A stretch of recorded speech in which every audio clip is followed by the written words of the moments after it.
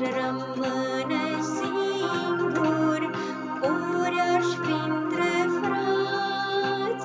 Vreau să am spre Domnul ochii nelăcrimați.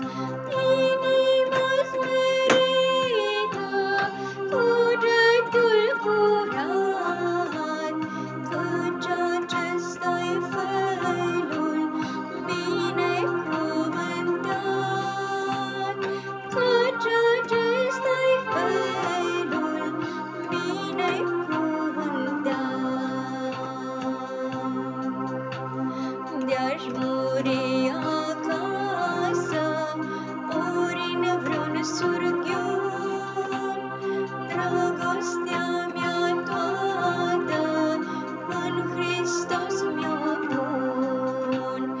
Căci oriunde sunt ca-n locul drag, fără el și acasă sunt un biet pribeag, fără el și acasă sunt un biet pribeag. Drag Iisuse,